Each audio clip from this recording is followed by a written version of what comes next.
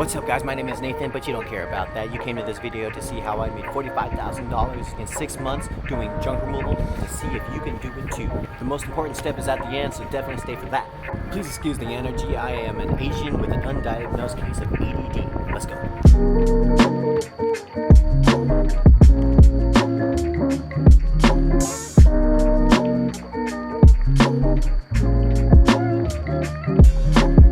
Okay guys, I'm going to tell you how I made 45 grand in 6 months doing junk removal.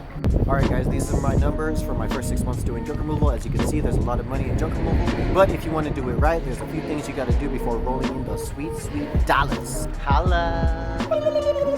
Alright, I know there's a lot of people out there telling you to quit your job and pursue your passion. Well, I am here to tell you to not quit your job. Do not quit your job. But if you don't have one, don't worry, you don't need one. All you gotta do is hustle a little bit harder. The reason why I say not to quit your job is because the more money you have at your disposal, the faster you can get to those sweet dollars. Holla! Bro, shut up. And I know what you're thinking, but I hate my job, dark-skinned Asian guy. I want to leave ASAP. And what I say to that is good. You should hate your job. That way when you leave and you start making those sweet dollars of your own, it won't be that hard to leave. Yay! Okay guys, first things first, in order to get to those sweet dollars, you obviously need a truck. And this goes back to why you should keep your job, because you can save faster if you have one than without one, obviously.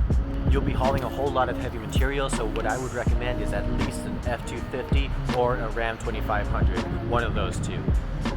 The bigger, the better. I bought my 1990 Ford F250 for $4,000 and made that money back in the first month. Now I get it, $4,000 is a lot, anything more than that is like really a lot. So if you can, just start with a smaller truck, just make sure it's at least a cargo van or a pickup truck. Because pulling up to a 1,000-pound load in a Honda Civic just won't cut it. Online presence. Alright guys, so this is one of the most important parts on how I was able to make so much money in such little time in junk removal. With COVID in full swing, everybody and their mama is online these days. And this is a great chance for you to find your first customers. Plus it's free. You can start your online presence by creating a professional looking logo for all of your online profiles. We'll be building a whole lot of those. I use canva.com for all my logo editing. Canva is super easy to use and it's a great skill to develop as a business owner. And if you don't feel confident with editing, you can go ahead and go to fiverr.com with 2 R's and they can actually make your logo for you. Alright, so once you have a decent looking logo, you can start your online profiles. The more platforms you're on, the more eyes can see your business. When I first started, I started with an Instagram, a Facebook, a Google My Business page, and also a Yelp page, and then finally a website. I'll be making another video about building a website in another video, so look out for that. Okay, so after creating all of your pages, make sure that your logo or your photo, your profile photo is consistent through all of them. You don't want to confuse anybody. Okay guys, step 3 is very important if you want to keep the most money in your pocket so you can grow faster and faster. You need the facts. What facts? As a junk removal, you'll be getting a whole lot of junk and you'll need to know where and how much it's going to cost you to dump all that stuff. That way you can price your jobs right and not lose money. You don't want to do a $250 job just to go to the dump and find out that you have to spend $200 just to get rid of it. We came here to make money, not work for the landfill. So just contact your local landfill or transfer station and then get the rates. Most of the landfills and transfer stations rates are actually online on their website, so go ahead and do your research, check that out. Some more facts that are going to come into play are gas, vehicle depreciation, labor, etc. All of these things affect your bottom line in those sweet dollars. Also, finding a good worker is very important to the continuation of your business. In the beginning, you probably won't have a business license, but I definitely recommend doing that if you're trying to do this for the long run, but in the beginning, you don't really need it. And to look professional, of course, I recommend getting at least one uniform for you to wear. Your help doesn't have to wear it, but eventually as you level up, you'll be able to get them consistent shirts, same thing as yours. That way your image is nice and clean and consistent. Consistency is key. And it doesn't have to be fancy either. It can just say drunk removal with a phone number on it. Don't complicate things. And of course, uniforms aren't required, but the more professional you look, the more money you can charge. Another thing about professionalism, business cards. Business cards are key for retaining all of your customers, meeting new ones that you haven't done the work for, etc. And after doing all this, you can charge more money and you earn more money. Cha-ching! And this includes looking professional with your truck as well. Make sure you get a nice tarp, some bungees, because you don't want everything flying off your truck or anything after you leave the load, and it's pretty dangerous if you don't do that. Getting to your accounts on time is crucial, especially for new customers. Ha ha ha, you suck at that. Yeah, I suck at this. So what I do is I actually provide a 1 hour window at the minimum, okay? Sometimes I do a 2 hour window. Sometimes I think 3 hours is a little bit of a miss. You might as well just give them, I'll come today. So I just give them 1 hour. And you definitely need this in place, especially once you start getting busy, because trust me, doing 4 to 5 jobs in one day may seem easy, but let me tell you, that dump line is about an hour. Commuting is about 25 minutes at least. You know what I mean? So back yourself up. Investing in your vehicle. Congratulations, you finally saved enough money to buy your first vehicle.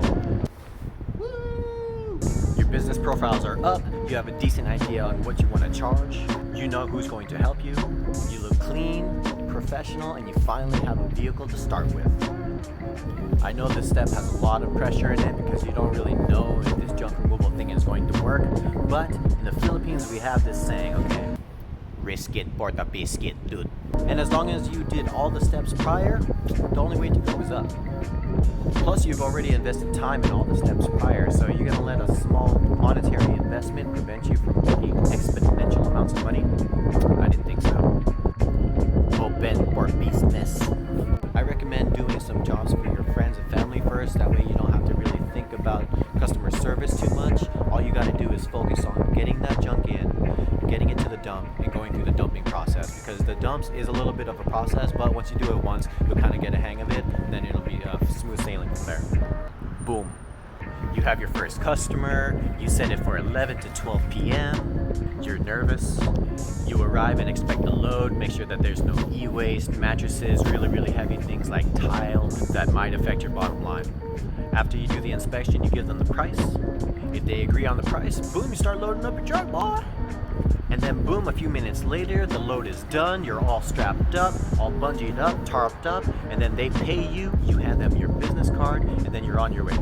Congratulations, you just did your first junk removal. Now you are on your way to the dump to go dump it, and then collect those sweet dollars that you earned. Holla.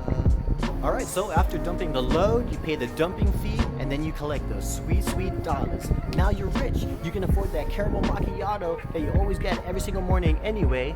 But wait, you have a decision to make here. You can go ahead and splurge all your money and not think about growth, or you can take your time, put that money away, and get ready to reinvest it. But if you're serious about junk removal and you want to make this a real hustle for you, I recommend saving at least 8 to 12 months of your profits. That way you can go ahead and reinvest in better equipment, better ad spend, buy walls for your truck, and so on. And with this small financial cushion, you can be ready for the seasons that are really slow. For example, winter. Winter gets kind of slow. Hate winter. Alright guys, so if you guys have reached this far, this is where I tell you the most important part of the entire video and the most important part of your entire junk removal gig or career. You have to believe in yourself at all times. You're going to have people that tell you that there's no money in junk removal. You're going to have people that don't even know about junk removal telling you that it's not going to be good for you. Don't listen to them.